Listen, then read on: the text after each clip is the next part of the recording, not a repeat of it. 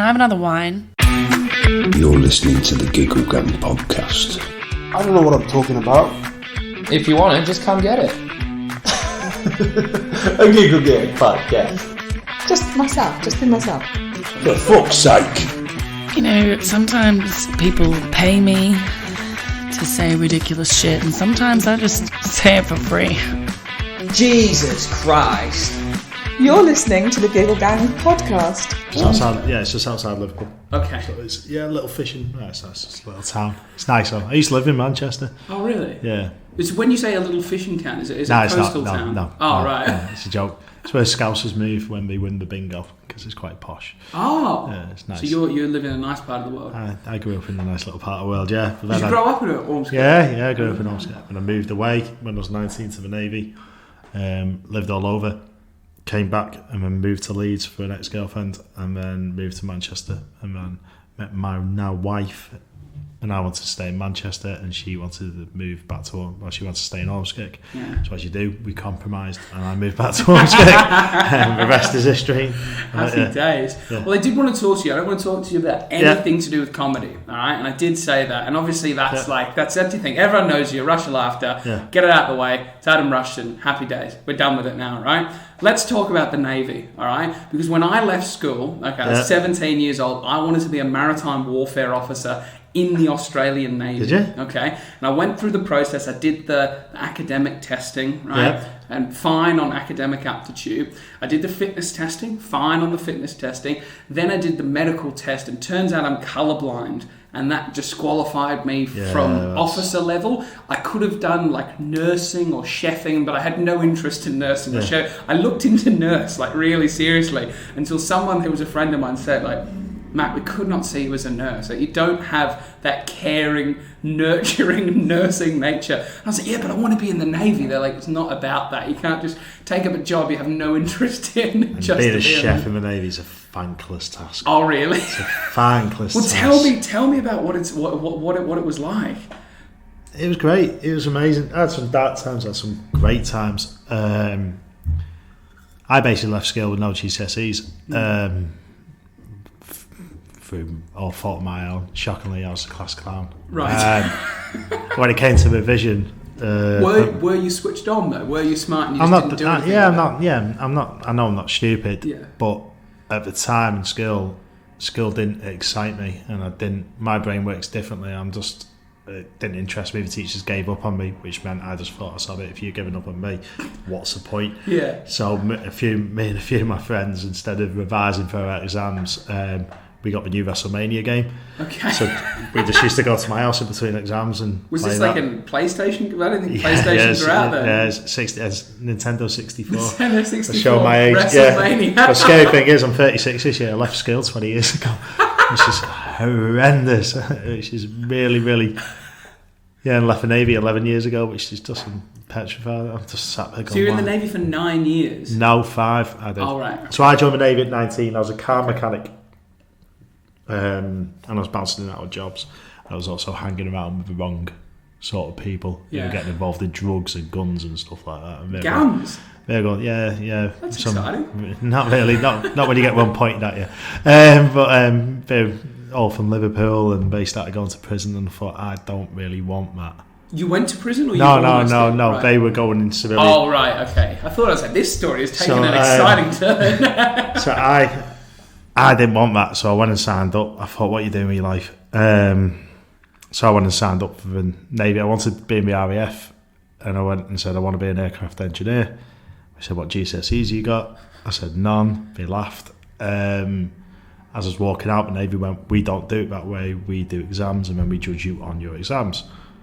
So I sat down and did the exams for them. In the mechanical comprehension, I got officer standard. Okay. Because I was a car mechanic. So was this like a military recruitment day where like the Air Force? No. I just went down to the recruitment centre. Right. And I just sat there and I turned the pitch around to the Navy lad and I pointed to Harry and went, that's what I want to work on. Yeah. It turns out I'm mathematically dyslexic on whatever the equivalent is. So the only reason we put me forward for being an engineer is because I'm a mechanical comprehension. They said that you might struggle, and I said I'll find a way around it. Yeah. And then I went to basic training at the age of 19, How is basic training? Amazing. Really? Funny, best time, yeah. Really? It's a game. I've not heard anyone ever talk about military basic training like it was fun. I loved it. What But I was in the parts did you cadets. love, though? I was in the cadets as a kid, so Yeah. I knew exactly what to expect when I come down. They're going to try and make me leave. Yeah. And I remember sitting there opposite the drill sergeant who you signed your papers with the first day. So not drill sergeant, master of arms. He was like the police officer, and he said, "I'm going to make you leave." And I went, "Nah, you won't." And he went, "I will." And I went, "Want a bet?"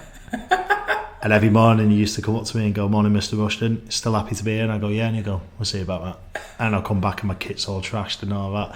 And I just like, this is brilliant, this. I'm not going to let him beat me. And it was fun. It was funny. And then I thought that was one of the best bits was basic training. Really? Yeah, I loved it. And then... But you love the fact that there was mind games that they wanted you out and you wanted to be in. Yeah, I used to have I've got a story that I've told hundreds of times, and it was we were doing drill one day. The drill sergeant walked past me, and I looked down at him, so he stepped back. And he was a Royal Marine drill sergeant, and he went, "What the fuck are you looking at?" And I went, "Sorry, drill sergeant." And he went, "Did I say you could speak?" So I started smiling. He went, "What are you smiling at?" And then another one put his head over my shoulder, and he went, "I think he fancies you, you know. I think he fancies you, drill sergeant." So he went, "Do you fancy me?" And he went, "You can speak." And I went, "No." He went, "You're saying I'm ugly." And he just kept trying and trying. And in the end, I started laughing. He went, "Why are you laughing?" And he went, "He definitely wants to take you out for a meal. I think he's going to book a hotel for you, you know, drill sergeant and all that." And he sat there, and we're doing it to deliberately trip you up. And I was just laughing. And in the end, as we marched off, he had me running around the outside of the parade with a rifle above my head, shot. My drill sergeant is a very handsome man. And it's just, I loved all that, because it's just... the reason why they're trying to do this is because I know it sounds daft. Everyone goes, "Oh, it's toxic masculinity and all that." It's not, because in the Navy we got, as an aircraft engineer, we got hammered a lot more than other people for little things. Mm-hmm. So if we had a button undone, we would get punished more than, say, a chef would for a button undone. Because what we're trying to do is drill it into your head. That if you're going to miss out, what will you miss on an aircraft? Yeah, absolutely. So you've got to have more attention to detail, and it's all just training you and training your brain. And then the day you pass in, you walk up to the same people and go, "Drill sergeant," we go, "Steve, mate, you're in now, well done." Yeah, and it's all different, man. And it's all gone. Yeah, it's all different because they don't, and you've got to be able to deal with it. And it was just funny. It was so funny, and I loved it. Like, but some of the practical jokes we played in there as well. Were amazing. We got absolutely we got relicked one night because we sent this lad down. He's a bit stupid, and we sent him down to the parade square with a wooden rifle like you had to do train your drill with. Yeah. And we sent him down, and we said, basically, we got parade tomorrow, someone's passing in, so it needs to be spotless. So we had it down for the commanding officer that you're on seagull duty. Which is picking out litter. No, and he went, "What's happening?" We went, "Well, you stand there with a rifle, any seagulls land, you've got to go, Royal Navy, move or shoot," and scare them off. And he was like, "Oh yeah, I can do that." So he went down and he did it for, must have been about an hour and a half, until the CO, the actual commanding officer, drove past, stuck his head out window and went, "What the fuck are you doing on my parade square?" And he went, "Seagull duty, sir." What the fuck's that? And yeah, so he got dragged past. So how many seagulls landed in that? I don't know. We didn't get that far because we got dragged out and we got made to do it by the CO. So, yeah, but it's great. And then trade training was all right. I went to HMS Sultan to do trade training, and all the time he kept trying to talk me, "Do you want to transfer? Do you want a branch transfer?" And I was like, "Nah, I want to stay doing this." So why would they want to transfer you? Because of my maths. Right. I thought I wouldn't be able to do it. Right. And I got backclassed as well, which means I got held back because I failed an exam too many times. But that wasn't because I couldn't pass the exam. Basically, I met a girl and she took priority over the person. Top shagger Rushton, Yeah, she was gorgeous. Wife, if you're listening to this, she wasn't as beautiful as you. Yeah. I was just about to ask, was it your wife, but you've answered it for me. So I eventually passed all the exams and I got the draft I wanted. I got RAF Whitman with the Harriers. And I remember just the first day I walked out and just looked at them and I thought, all these people had doubted me and I've done it. Yeah. Sat there looking at this Harrier, just going, I get to play around with this now. Yeah. It was such a cool job out there. And did you get to do a lot of travel? Was there a lot of travel involved with the British? Yeah. Well, so I did I did what you call, so you do your trade training when you do your aircraft type training. It's boring. It's all boring. This. So I went to RAF Whitby and I did my aircraft type. So I'm fast jet and Harrier. That's what I was. So I can do stuff on helicopter, but I'm specialised in that. Yeah. And then we got our drafts to go what you call frontline. And a mate of mine got drafted to the AROL, which was in Portsmouth, and he just moved his wife from Hull down to there. And the other base we're going to go to is basically from Salford to Chorlton away. Right. So he was like, mate, I can't move it down. So I went, why don't you swap with me if you don't mind doing 6 months in Afghanistan? Yeah. I'll go on the AROL. And he went, no, because we can stay base round here. So I don't mind that. So we swapped drafts and I went and joined the AROL. And he went to Afghan for 6 months. Really? And I went, while I was on the AROL, I got it really easy. Got it really, really easy. So you had no connections. You didn't have wife or kids or anything. No, like I was 21 at the time. You were just young and fancy free. So I was like, this sounds amazing. I'll go and join the flagship of the Royal Navy, see the world. Yeah. And I joined it in Dunfermline, Scotland, and we didn't go anywhere for 6 months because it was in dry dock. So I was just like, oh, this is crap. But then when we did go to sea, we did 6 months in America. I went to the Arctic Circle. I went to Norway, Denmark, Sweden, Portugal, Germany, Poland. Where else did we go? All around the UK. So for those that don't understand the Navy, why is it that you needed to go to these different places? Were you doing exercises with the different militaries? We did a big exercise of the Baltic Sea. Basically, it was a cover to show force to Russia because Russia weren't invited. Yeah. So we docked in all these different places because all of them were involved. The America trip was quite clever of our captain because our captain went, we've got no Royal Marines because we're all in Afghanistan. Do you know who's got loads of Royal Marines? Marines. And we're like, who? And he went, America. So we went, yeah, okay. So we went over there and borrowed their Marines. We did 1 week of exercise and then we spent 3 months just parked up and going out and getting drunk. Every now and again we'll go out into the sea. Yeah. And then the next time we went back was different. We were doing a build up to basically getting deployed out to Iraq or Afghan because we were a flagship. We were going to take over one of the other carriers. But it was, I love being at sea. So you were on aircraft carriers? Yeah, I was on flagship. I was on the AROL. So I went from doing Harriers. I used to do second line, so I used to work on them in the hangars. I used to do what you call flight line, is where if you go to the airport and you see all the aircraft parked up, that's a flight line. Yeah. So we used to go out and put all the coordinates into load up the bombs, refuel them, do a service on them, strap the pilot in, and then do, as you see on Top Gun, do all the marshalling and all that. I went from that to what you call frontline second support on the AROL, which was components and basically providing support to the squadrons who come on. And it was all helicopters. We had Chinooks and Sea Kings, Merlins, Lynx, Apaches coming on. So we would go up on the flight deck, do the refueling, we'll do all stuff like that. Second line support for them. So if they had something go wrong with the aircraft, we could come and lend a hand. And it was great. It was fun working with the SES and people like that. So your interest was in planes, but it just happened to be at sea because the RAF wouldn't have you. Yeah, and I ended up on an RAF base working on RAF jets, which is just absolutely baffling. Yeah. So the RAF said I was too stupid to be in the RAF, but I ended up on an RAF base. I was always obsessed with planes as a kid. Always. I wanted to be a pilot.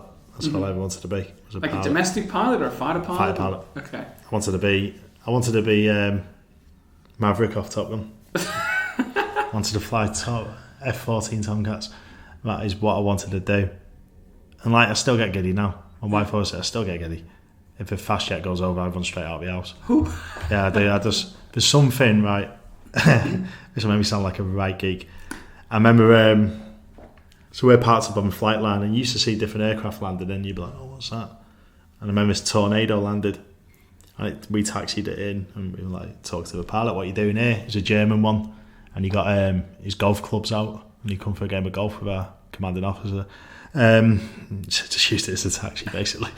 And there's something about the noise when it was on, you just sat there and you go, oh, listen to that proper like rumble.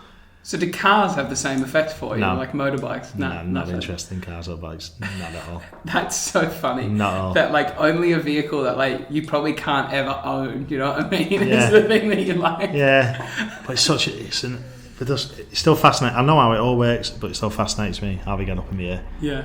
and how they do. And like I remember strapping a pilot in once, and we refueled in full. So you start getting to know what an aircraft can do with what fuel. And he was going to Cottesmore, which is the other base, which is like from here to Chorlton. So I said, how come we refueled you full if you're only going like basically a 10-minute flight up the road? Yeah. And he went, he said, I might take it out over the North Sea first or up to the Highlands and throw it around for a bit. Yeah. And I remember just going, what a job you've got. You basically joyride planes for a living and you get paid stupid amount of money just to go, do you know what, I'll just take it up and throw it around for a bit. How many pilots are there, like in the UK? They don't feel like No there's idea. many. No idea. Pilots were good. We had one called Killer. He was the squadron. He was like basically the show pilot, and he was a legend. He was so funny. He used to come down because we got in trouble. We had GMTV come down one day, and we filmed. What's his name? Ben. I can't remember. Ben Shepherd. We filmed him going to flying in a Harrier. Yeah. So someone had drawn, because you get all soot from the jet efflux at the back of it, and someone drawn "fuck the Royal Navy" and drawn a big dick on it. So it showed up on the camera. So obviously we all Who would drawn it? You don't know. I don't know, but we all got dragged in. Whoever's done this, but don't ever do it again. So we're like, all right, yeah, no worries. So first day we walk out with Killer, you do a walk round with your pilot before you strap him into the aircraft, and we're walking around and we got to the soot and he just drew a big dick and he went, "You're going to get bollocked for that." So when he's turned his engine on, we just stood there and he's going, "I want to go," and we're going, "Nah mate, wanker, you're a wanker." No. And you just get that relationship with him and you just try and stitch each other up all the time, which is because he used to and it was great. It was amazing. I loved it. And like the AROL, being at sea it's a weird experience, and I love being on the AROL. I had some great times on the AROL. I had some dark times on the AROL as well. Some real dark times, but overall, yeah, I wish I stayed in a little bit longer. Yeah. What was the thing that got you out? So basically, and I'm quite open about this. When I was in my trade training in Sultan, I got backclassed into the class because I failed that exam. And there was a lad in there, Stuart, I won't say his surname, but he knows who he is, who played football for the Royal Navy. Mm-hmm. And because I didn't kiss his ass, he didn't like me. Mm. But if you play sport in the Royal Navy, you're untouchable. Yeah. So before I joined the AROL, what level do they play sport at? they're like professional. Oh. Like professional. They get flown off the ship and get flown all over the world to play. Yeah. Really? Yeah. If you're in sport, yeah. Is that just the British Royal Navy, or is that most navies? All navies. Yeah, if you play for sport for a navy, yeah. There's a lad who I knew who played rugby for the Royal Navy, but the Royal Navy loaned him to a professional rugby team. So he was playing professional rugby and getting paid. But still being paid by the Navy. Being paid by the Navy. Navy. He's not on a ship. He's just playing rugby for like Wigan or whatever. Because it's good PR for the Navy. It's good PR for the military if you're good at sport. Yeah. Yeah. Okay. Like Nigel Benn started off as a army boxer. Really? And then he went on to be world champion. So how many sports do they have? Like how you far can fish. Does it You can fish for the Royal Navy. You can do golf. You can do anything. Well, you can fish for the Royal Navy. You can do anything. What the fuck? But this lad was like, he was a captain of the Royal Navy football team, so he was untouchable. Good. Yeah, he was untouchable. So before I joined the AROL, one of my best mates joined it, and he ran me up and went, "Do you know this, Stu?" And I said, "Yeah." And he went, "Mate, just watch it back because he's got it out for you big time." And I went, "Where did you know him from?" From when I was with him in my trade training at HMS Sultan. Right. So I went, "All right, cheers, mate." So I joined the AROL and got stuck straight in his mess, straight in his room. And I don't like to say it, I was bullied relentlessly for like months, to the point where I tried to break my own leg to get off. I was that bad. And then we did a thing called BOST, Basic Operational Sea Trials, which is where they hammer you. They hammer you 24 hours a day. Anything that could go wrong with a ship would go wrong with a ship, because you on board, you're trained in other aspects of things. So I'm a trained firefighter. I'm a fully qualified but not in Civvy Street, but I'm a fully trained firefighter. So that was my second job. So you're doing everything. They'll just walk in your room at 3 o'clock in the morning for a smoke grenade and go, "You on fire? What are you going to do?" Yeah. Bum, bum, bum, and all that. So you can react if there's a real life-threatening crisis. Yeah, and we blitzed it. So as a reward, they sent us to Amsterdam, and on the way over to Amsterdam, we had a drink for the first time in 2 months. And I can remember the day, like the night as clear as it was yesterday, and we're watching AZ Alkmaar versus Newcastle, and I turned around to one of his mates and said, "Who do you think will win?" And he went like, "You just fuck off, you scouse prick, and throw yourself off the back of a ship. No one wants you." And I thought, I've had enough of this. So I went and grabbed a kettle, which was cold, but I thought if I swill him and he hits me, I hit him back in self-defence. Yeah. Things got out of hand. I ended up hurting the lad. And then I got... With the kettle? No, the fight ensued. I ended up hurting him, and I got my head kicked in by quite a few of them. Yeah. And then I was arrested. I was flown home from... By MPs? Yeah, flown home from Amsterdam, and then I was sent to military prison. Wow. So you have been to prison? Yeah. Wow. I was sent to military prison for 60 days. Wow. And what happens in military prison? Is it busy? Is there a lot of people there? You can get sent to prison for going AWOL. If you go AWOL for... I know a lad who went AWOL for a month and he got sent down for 2 months. Really? But what's really weird is a lot of boxers would go to military prison before a big fight because it's just fizz. It's just PT all the time. So they go they'll do something like go AWOL for 3 weeks, get sent down for 6, go and get proper in shape and come out. Yeah. But yeah, I got sent down for... they did me for ABH. Nothing happened to the other lads. Nothing was ever said. I finally got an apology off my sergeant, equivalent sergeant PO, last year, and I burst into tears in front of him. He apologised to me on Facebook. I burst into tears in front of my wife, and she went, "You all right?" And I said, "Nah, I've been waiting 10 years for that." For him to acknowledge that he should have done something to stop it getting to that. Fucking hell. So I was basically made it. We sent my 4 closest friends off a ship the day I got sent to prison because they knew what had gone on. We wouldn't allow them to talk to me while I was in prison or anything. And then when I came out, we stuck me straight back in the same room with him, and it just carried on. And every time I complained, I just got told to shut up.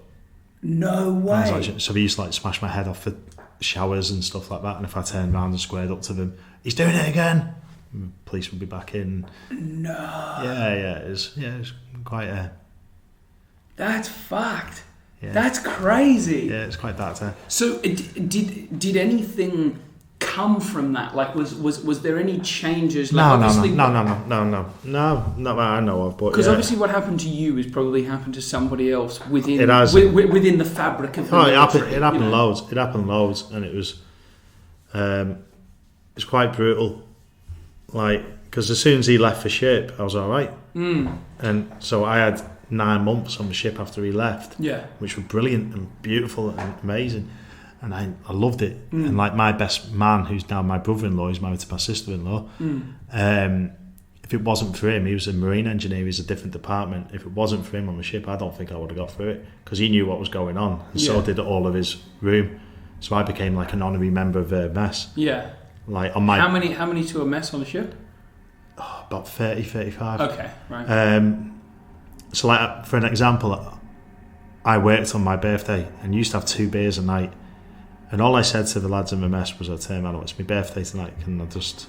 You're not going to throw me a party," and you went, "But can you just leave me at least 1 beer to drink?" Yeah. And I came back and there was a note in it going, "Fuck off." And we drank all of them. So my mate Dale ran me up and went, "What are you doing?" And I said, "I don't know. And I was going to have a beer, but there's none left." And he went, "Well, it's lucky for you, we've got 2 crates down here for you. Yeah. Come down." So I went down and we got me hammered down there. So if it wasn't for them... Yeah.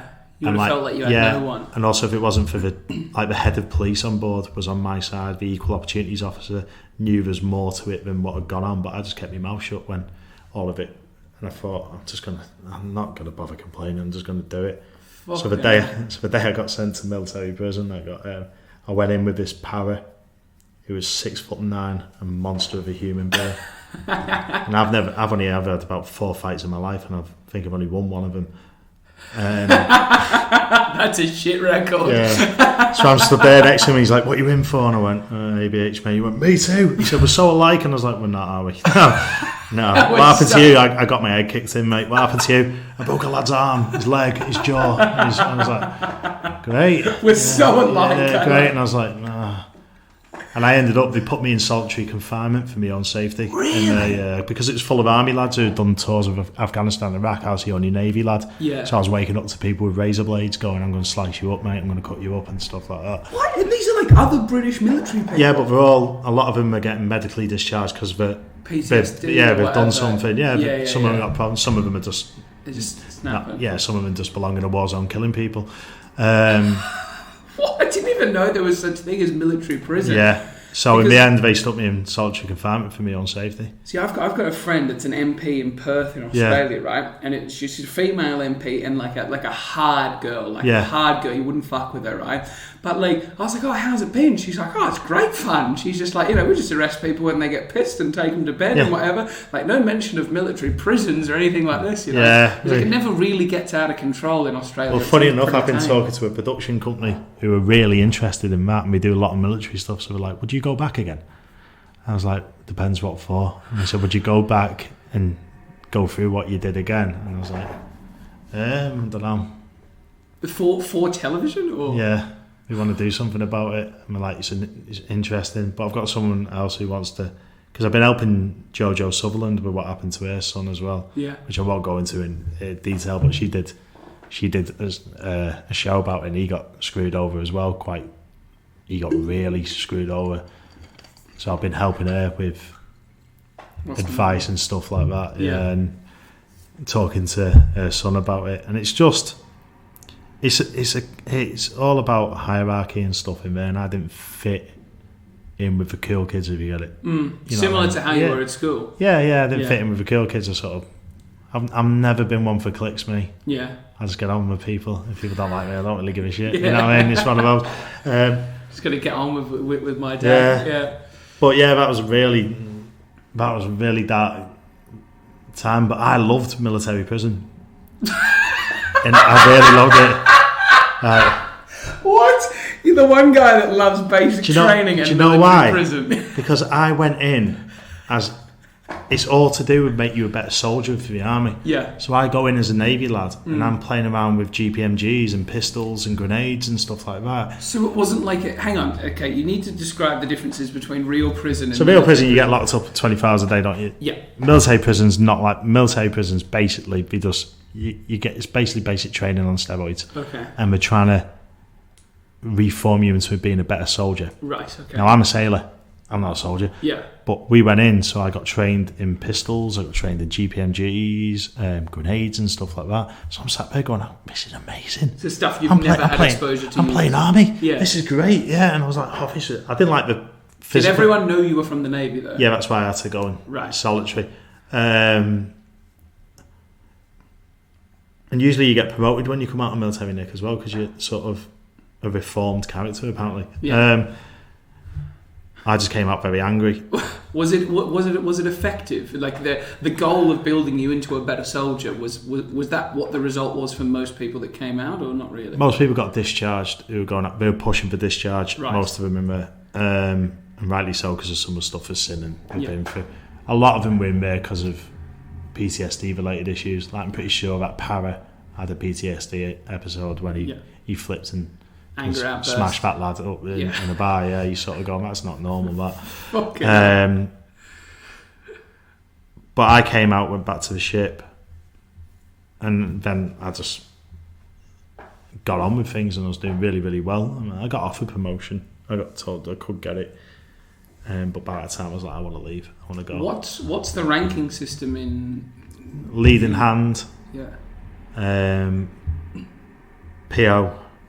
Chief Petty Officer, Warrant Officer First Class, and Warrant Officer. And then you go into the senior rates. Right. The commissioned officers. Sorry. Okay. And you go up there, yeah. But the Navy was mixed for me because I've got good memories and then I've got the bad memories. And when I was on the circuit and I did a show about it, I even I said about making. I tried to make a joke out of it, saying ironically, I was one of the only people to go to military prison for a crime he did commit. But if you hadn't seen the A-Team, you wouldn't get that joke. And some people just used to sit there looking at me, and I was going, okay. But yeah, it was just. But I'm not proud of going, and I'm really. It's not something that is a accolade or anything like that. But I'm one of these people. I'm brutally honest. I'm an open book. I never. I don't lie. I don't. Do stuff like that. And I believe what happened made me who I am now. And that's my thought process. Is that happened for a reason. So what's your opinion on the Navy now? Like, looking back, it's all done and dusted. You've moved on from it. I'm glad I did it. Yeah. I'm glad, regardless of what happened, I'm glad I did it. In a way, I wish I stayed, because I left the ship and went back to RAF Wittering. So I wish I stayed in a few years more. Went back to what, sorry? RAF Wittering, the RAF base with the Oh, Harriers. right, yeah. I wish I stayed in a few years more, but then would I have my wife, would I have my kids, would I have what I've got now? Probably not. If I hadn't done it, I don't know where I would have ended up, to be honest with you. I was on a bad path. Yeah. I was lost, I think. I was always very, very underconfident. Yeah. And the Navy gave me the confidence and the thing to go, hold on a minute, if you put your mind to something, you can do this, mate. Yeah. So yeah, I'm glad I did it. See, I was quite the opposite. I always had like this sort of thinking of like anything that I want to do, no one will tell me no. Like, I will find a way to get there. I'll find a way to make it work. Yeah. Always had that confidence and almost wanted to like test it in the Navy, because that was really what it was built on. You know what I mean? Yeah. That's like the ultimate test. You can have all the confidence in the world, but can you actually put it into action? Yeah. And even like when I was younger, so I was born in New Zealand, and when I was 11, my parents moved me to Australia, right? So I was in one country, I got moved to another. That then gave me the confidence when I had this great job in radio, this nice life in Australia, to go, I'm going to go to England, because I know I can go anywhere and I can start up again. And I had the challenges. I lost my job at the radio.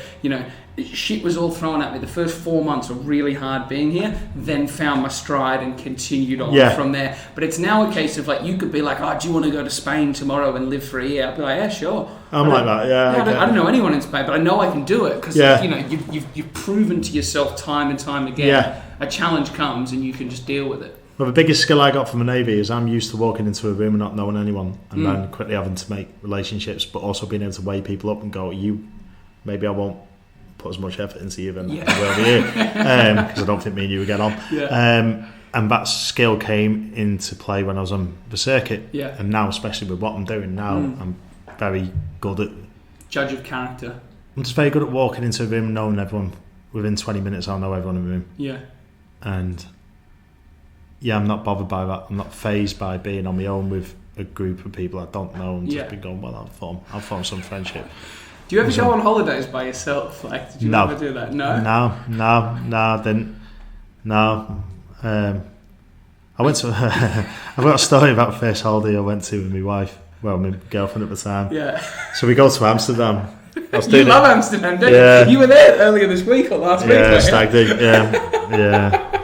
Don't go to Amsterdam, kids. It's a horrible, beautiful place. Oh, it's lovely. So me and my wife, I got this gig in Amsterdam, and I said to her, do you want to come with us? She's my girlfriend at the time. She went, yeah, okay. We've never been on holiday together, so let's go. So first 20 minutes we're in Amsterdam, I nearly get run over by a bicycle because I'm not looking where I'm going. So she's like, you need to pay attention. I went, listen, I said, I'm a man of the world. I'm ex-Royal Navy, cultured. I know what I'm doing, don't worry, I'll be safe. I know what I'm doing. Famous last words. Yeah. First night out, we go out, we get hammered. She misses the curb, falls over and splits her lip. Oh no. So we go back to the hotel. So the fella behind the reception, I'm going, have you got any ice, mate? And he went, ice? I went, she fell. And he went, fell. And I went, no, she did. He went, okay. So he went and got a bag of ice and walked upstairs going... Did it look like you possibly hit her? Well, I went, he thinks I've lamped you. And she went, he doesn't. And I went, he bloody does. She's like, you're just being an idiot. He doesn't. For Australian listeners, lamped means punched. So the next night we go out, right? I go to flag a taxi down and get run over by a lady on a bicycle. Oh, no. So I'm on the floor, she's like, dude, you're in Amsterdam. I'm terribly sorry, I think I broke my leg on your bicycle. And the taxi driver just went, fuck this, I'm off, see you in a bit.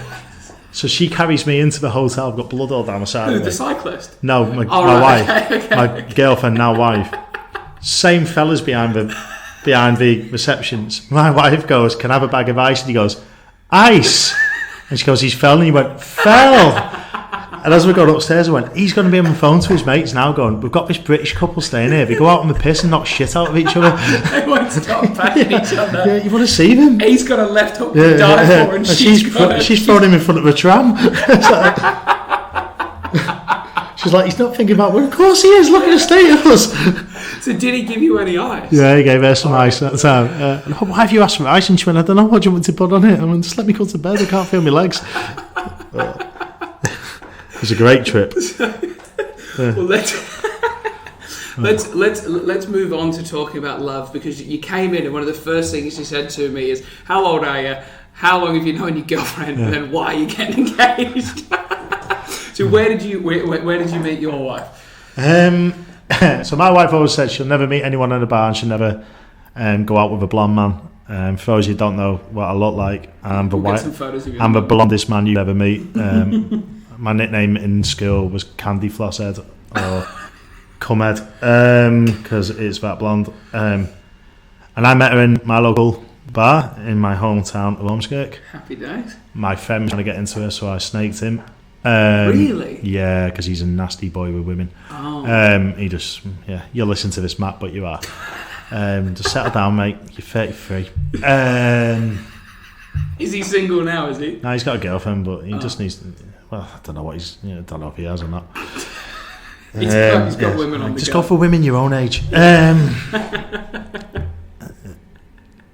I told her, I was a comic at the time, and I told her I was on TV.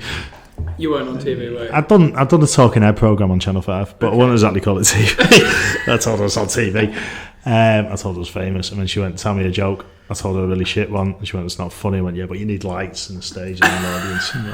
TV makes everything funny. Yeah. And for some reason, she said, I found you quite endearing, but I thought you're a bit simple and you need someone to look after you. And I was like, okay. So then we started seeing each other, and it turned out that our lives had intertwined. There was photos of us as kids at birthday parties. My godmother was her babysitter. Her godmother was my babysitter. She worked for my auntie when my auntie had a pub. She went to school with all my cousins. So all my family knew her. Wow. And it's just one of those. You didn't know her? No, and it's just one of those where you go, maybe this was meant to be. Maybe. And it was just so easy and it was so simple. And then we moved in about a year after I moved in with her, and then we bought a house, and then no, we didn't. We got engaged first because my wife turned around and said, I'm 29 now, I'm going to be engaged by the time I'm 30, whether it's to you or not is up to you. So I asked her to marry me in the most unromantic way ever, because she's dead shy, my wife, so I thought I'll just hide it in the kitchen. And then when she comes in and goes to get a drink, there's a wedding ring there, an engagement ring there, and I go, will you marry me? And she did not like that.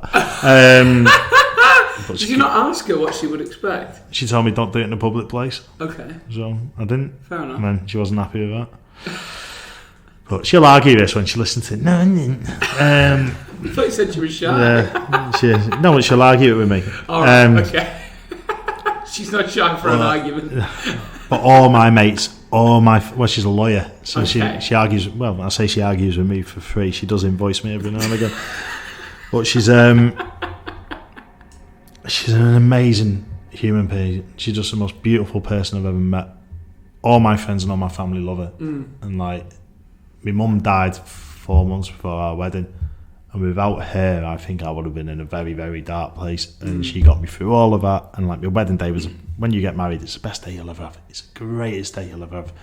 As good as basic training in military prison? Yeah, better, mate. Yeah, better than that. And then she's the reason why I am where I am now. She gave me all the confidence to do it, and she's so smart. And now we've got a little boy together who's 19 months old. Teddy's the most beautiful human being I've ever met. He's nuts. He's so smart. He's got her brains and he's just got my recklessness. He just doesn't care, and he's just a beautiful combination of us both. But yeah, my life is the way it is because I put it all down to her. She's made me a better person. She's given me everything. And you know what it's like when you meet the person, you just go, yeah. That was it doesn't feel like an effort anymore. It just feels I could just How long until you pooed in front of each other? We haven't. She won't fight. She does. No, she doesn't. She's a lady. You would not expected that question. I've got IBS and I fight in front of her all the time. Right. She won't poo in front of me at all. Really? Yeah, and I won't in front of her because I've got IBS. So it's like if you watch me poo, it's like going to Vietnam. Is there anything that you can do to stop IBS? Is there like... Yeah, loads of things. Oh. Like don't eat caffeine, don't drink, don't be fun. And I'm not prepared to do that, so it can piss off. So yeah, my way is it regulates my weight. Okay. If I've got the shits all the time, I don't need to go on a diet. So yeah, who cares if you're dehydrated and your bum stings? Well, you know, it doesn't matter, does it? 35, I don't care. I don't need to be sexy anymore. I'm 24 and I started to get like that. But look at what I'm wearing. I'm wearing like jeans with trainers. This is her hoodie as well. Is it? Right. This is her like oversized hoodie that she likes to wear. So I'm wearing my girlfriend's clothes. Like I look at myself sometimes. It's 2020, mate. If you want to dress up as in girls' clothes, you dress up in girls' clothes. Well, I believe it's a man's jumper. Like originally, I don't know, but you know. That's definitely not a man's thong, like you've got on, Mo. That's the underwear, not whatever you Australians call footwear. Say, I was like, I had to think then what you were meaning because I was like, I'm not wearing thongs. They're called flip flops. Yeah. Proper English.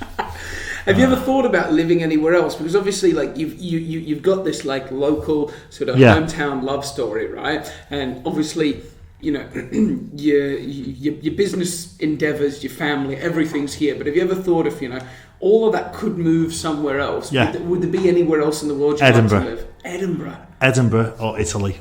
Really? If I could live in Italy. Oh, whereabouts in Italy? Anywhere. Really? Anywhere. I've been to Sorrento, but I just love... Is it because of the food or the people? Just everything. It's just nothing's too much drama over there. Just, it'll happen when it happens. Yeah. And you're just like, oh, that's beautiful. Everyone's beautiful. It's just an amazing country. The food is superb. I just like the culture. Yeah. And also love the mafia. I love mafia films. You know what I mean? I always wanted to be in the mafia, but I just won't be good at it. Mainly because I can't keep my mouth shut. I'll be like, you never guess what I did last night? I whacked 4 guys, did you? Yeah, it was ace, right? Yeah. It was ace as well. Good.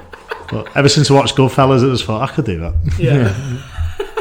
So when I watched Cool Runnings, I wanted to be in a bobsled team, but I just got to stop watching films because I just want to be what they are. Seems like you're very easily influenced. Yeah, I am, You joined the Navy because you like Top Gun. Yeah. If you look at my search engine when it's not pornography, you'll see it'll be like, how can I become Iron Man?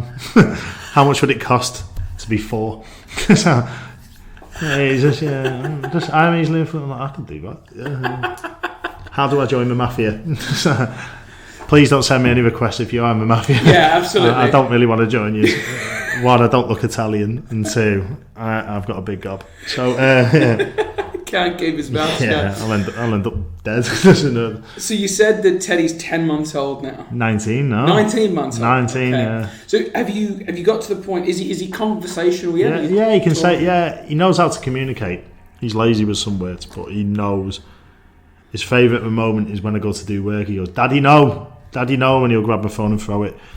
Daddy, no. Phone? Yeah, Daddy, no, Daddy, car, which means let's play cars. Okay, and what does cars involve? He's obsessed with cars. Okay. He's obsessed with anything to do with cars. That's cool. To the point where if we took him to a car park, that's the best day out for him. Really? What's fun? Wow, car.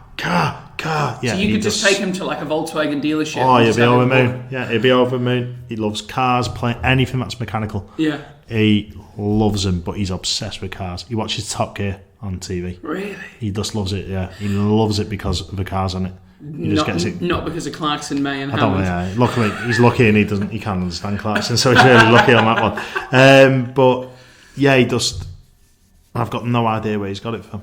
He's obsessed. But weren't you originally a car mechanic? Wasn't your interest in cars? Yeah. Well, were you a car mechanic because you were interested in cars, or no, because it was the only course at Southport College that I only did 3 days a week. And what were you doing with the other 2 days, Adam? What was I doing with all of them? I was going to the pub around the corner on our lunch break and then not going back. So Fucking hell. Yeah, because me and my mate went to join and we're just like, that looks a good course. It's only in 3 days a week. What is it, car mechanic? Yeah, we can do that. So but did you actually become a mechanic at the end? Or? Yeah, I worked in a few garages. I was a HGV fitter. I did some welding and stuff like that. But the cars didn't interest you. It was just the work was just the work. Car's a car. Yeah. I'd say, Matt, my wife got me one of those experience days and I went and drove Audi an Austin. Oh yeah. An Aston Martin DB9, I think. Yeah. A Ferrari, I don't know what one, and a Lamborghini. Yeah. And Lamborghini was crap. Was it the one near Stafford? No, it's a one near Three Sisters in Wigan. Oh, Wigan. Yeah. Aston Martin was just dead heavy. Yeah. The Lamborghini felt like it wasn't going to stay on the track. And the Ferrari honestly gave me a twitch in my pants. Yeah. It was just unbelievable. See, I did the same. I did the Audi R8. I did the Nissan GTR Skyline, and did Ferrari California. The long Ferrari. It's the same company that do it at the Three Sisters as they do at Stafford. But the day that I wanted to do it, it wasn't at Three Sisters, so I had to go to fucking Staffordshire, which was just fucking. It was so fun. Ball ache, but yeah, it was so fun. Really fun.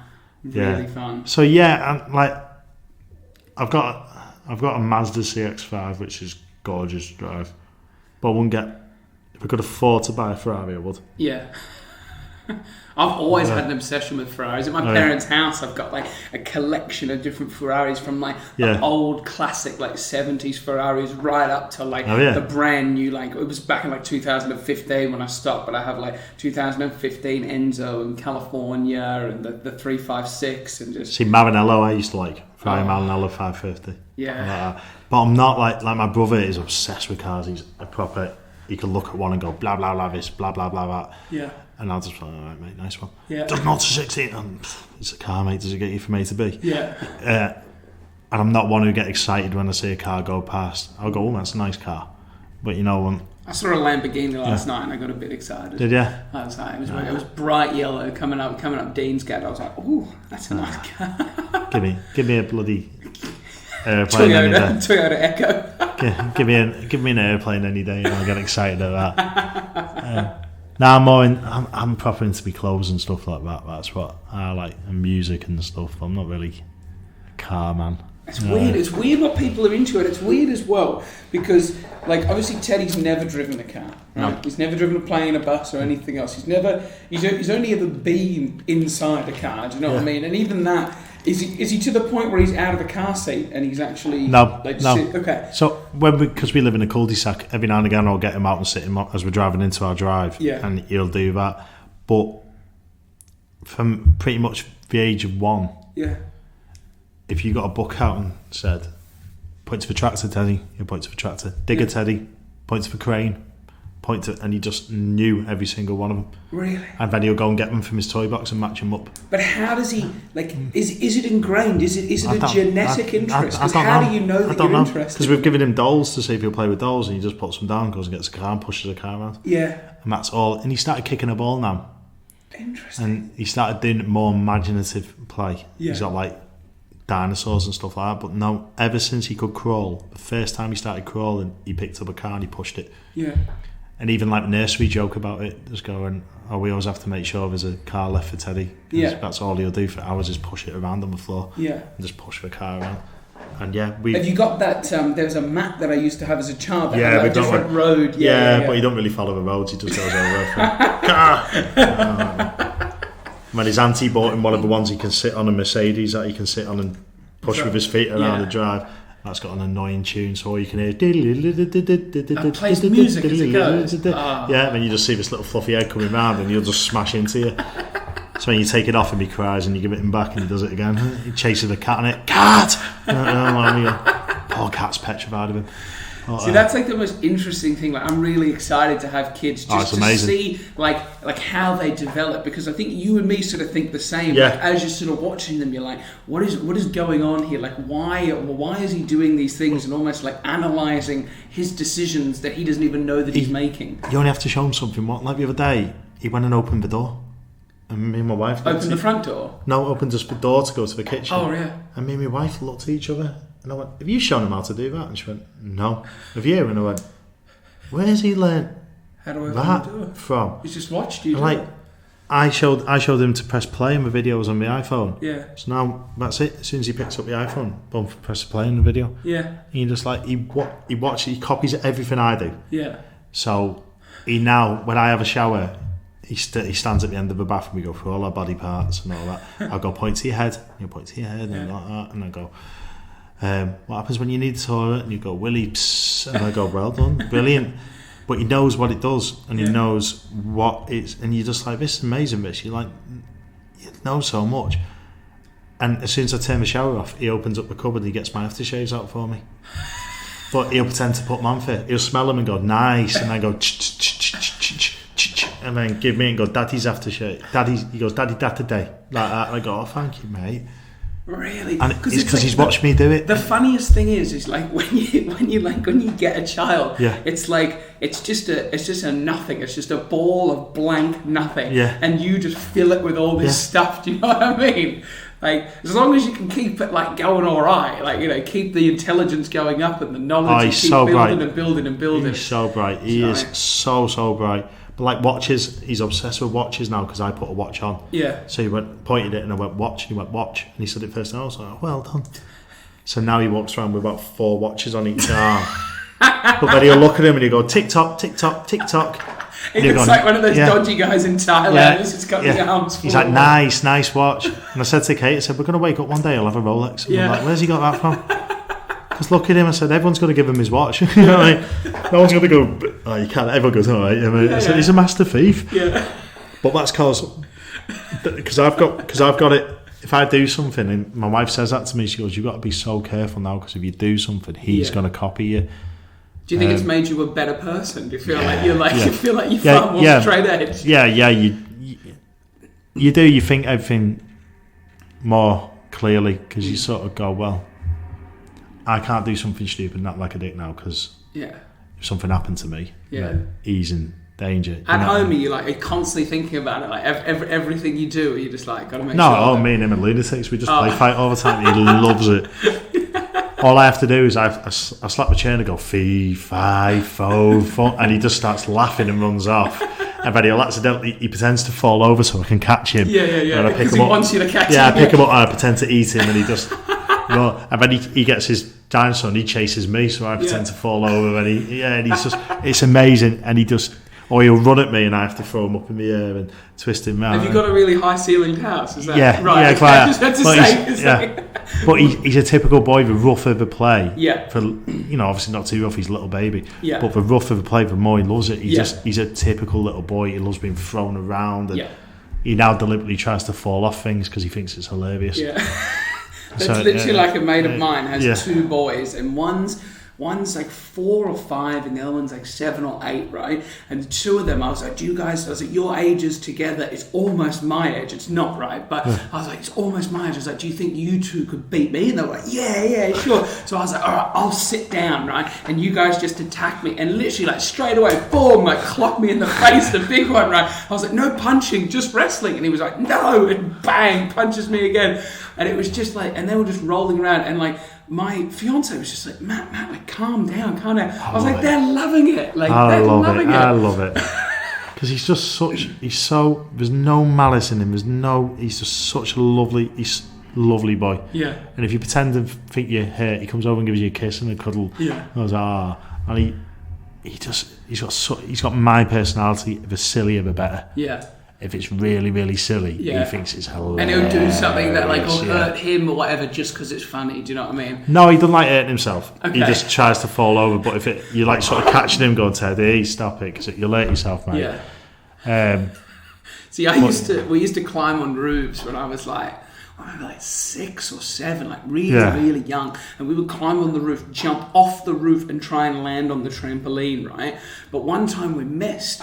and I got caned. I landed on the edge of the trampoline. So, you know, before trampolines had cages on them, it was just the thing and then the metal thing. So I landed like legs between, like smashed the bollocks, and I just laughed. I was like, this is hilarious. And my brother was like, oh no, because my brother's just older. He's supposed to be like responsible for me. And then because Mum saw it, Mum comes out expecting me to be crying, and I'm laughing. And then she's like, Nicholas, get down off the roof. So he was like, I have to jump on the trampoline. And she was like, your brother's just hurt himself. And she was so angry. She just didn't get it. And then Dad comes over and he's like, the boys have been jumping off the roof. And he's like, well, when they hurt themselves, they'll learn not to do it. It's just like, you know what I mean? Like, keep it going until someone... She's like, yeah, but you won't have to take them to hospital.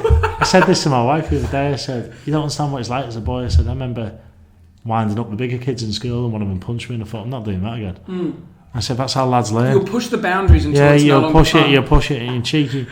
Like, he's doing it now, he's testing boundaries. Yeah. And I'm a disciplinarian. Kate will use me and she'll go, don't, Daddy will get angry. And he'll look at me and he'll go, huh? And he'll carry on, and I'll go, Teddy. And he'll carry on. And I shout at him and he goes, sucks. And then he'll start crying, so I'll give him a cuddle, and then he thinks that's okay to do it again, man. So he'll throw something at me or something. I'm like, or Kate starts laughing. Yeah. Because he's like just mugging me off. And Kate's like, you're meant to be backing me up here. She's like, it's funny though, isn't it? He's just pulled tongues at you and ran off. Are you thinking of having any more kids? Yeah. How many more have you got? I want another. I'm 36 this year, so I want another, but I don't want to be doing this when I'm 40, so that. Okay. So maybe it's just one more. I want me to leave home by the time I'm 40. Yeah. I like him having a house, small and little, you know what I mean? This has been a nice reprieve for you. A little bit of a break. Thank you for having us on. Sorry, I'm being rude. Just phone's gone. No, that's fine. We've almost done an hour. We've hit 56 minutes, so I'm happy with that. Is there anyone that you'd like to thank? Anyone that you want to shout out? This is your time to promote whatever you'd like to promote, if anything. Check out my website at russianlaughter.co.uk. I have loads of fantastic comedians on there. If you're involved in any of the fringes over in Australia, please bring my acts over and pay for my plane fare. Yeah. Thank you. That's it. No, just like, I'm lucky I've got a lot of people who have been really helpful. Like Jess Toomey is one, she's a good mate of mine now, and you've asked her to come on here. Loads, like, all my acts were amazing, absolutely amazing. My wife for supporting me. So there you go, it was nice to you. And that, just I could be here forever, you know what I mean? Yeah. Noel Gallagher, I'd like to thank Noel Gallagher for inspiring me with his musical. What about Liam? Well, me and Liam would clash, but I reckon me and Noel could be pals. So Noel, if you're listening, my email's on my website. Just drop me an email. I think we should go for a beer. If you want to get Oasis back together, I'll quite happily play the tambourine. But speak to you soon, Noel. Thanks. Adam Rushton, everybody. Thank you, mate.